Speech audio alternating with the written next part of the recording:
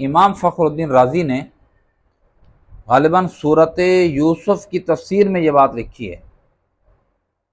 خود فرماتے ہیں کہ میرا یہ تجربہ ہے کہ جو آدمی غیر اللہ پر اعتماد کرتا ہے اور بھروسہ کرتا ہے، آس اور امیدیں لگا کے بیٹھتا ہے، تو اس کی سختی مشقت میں اضافہ کر دیتے ہیں اللہ پاک. اور جو آدمی ما سوا سے اللہ کے علاوہ کو اپنے نگاہوں سے ہٹا کر کامل اللہ پر اعتماد کرتا ہے، اللہ رب العزت کرب میں قرب عطا کرتے ہیں، پریشانیوں کو رفع کرتے ہیں، دکھوں اور آلام کو ہٹا دیتے ہیں. جن لوگوں نے اللہ سے نگاہ ہٹا کر یا اللہ کو ساتھ رکھ کے غیر اللہ پہ نگاہ کی ہے، ان کی آزمائشوں میں اضافہ ہوا، ان کے ملال میں اضافہ ہوا، ان کی سختیوں میں اضافہ ہوا ہے.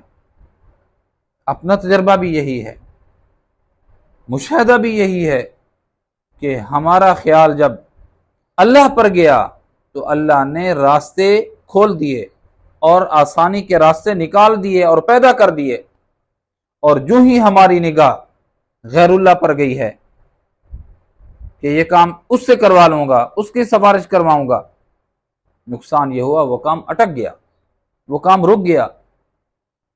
اسی وجہ سے میں کہا کرتا ہوں کہ ابتدائی طور پر جب آپ بیمار ہوں، بچہ بیمار ہو، گھر کے لوگ بیمار ہوں، ابتدائی طور پر 2 نفل پڑھے بندہ، صدقہ کر دے، اس کے بعد ڈاکٹر کے پاس چلا جائے. اور جو 2 نفل پڑھے، اللہ تو اسی سے شفا دینے پہ قادر ہے، دوائی سے بھی شفا دینے پہ قادر ہے، اس کی صحیح تشخیص میرے ڈاکٹر سے کرا دے.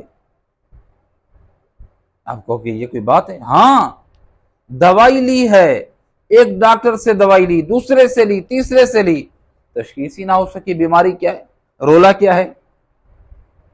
اسی طرح جب کوئی مسئلہ پھنسا ہوا ہو، کوئی الجھن اور پریشانی ہو، کسی سے اپنا مسئلہ حل کروانا ہو، 2 نفل پڑھو، اللہ سے کہو ادھر سے ڈوری ہلواؤ. تمہارے پہنچنے سے پہلے جب اس کے دل پہ دستک ہو چکی ہوگی، تم جاؤ گے، تمہارے جانے سے پہلے دروازہ کھلا ہوا ہوگا. کیوں؟ ادھر سے اللہ سے منوا کے گئے ہو. ہم تو سیدھا بندے کے پاس چلے جاتے ہیں، یہ کر دے گا، وہ کر دے گا، نہ ادھر کے رہتے ہیں نہ ادھر کے رہتے ہیں.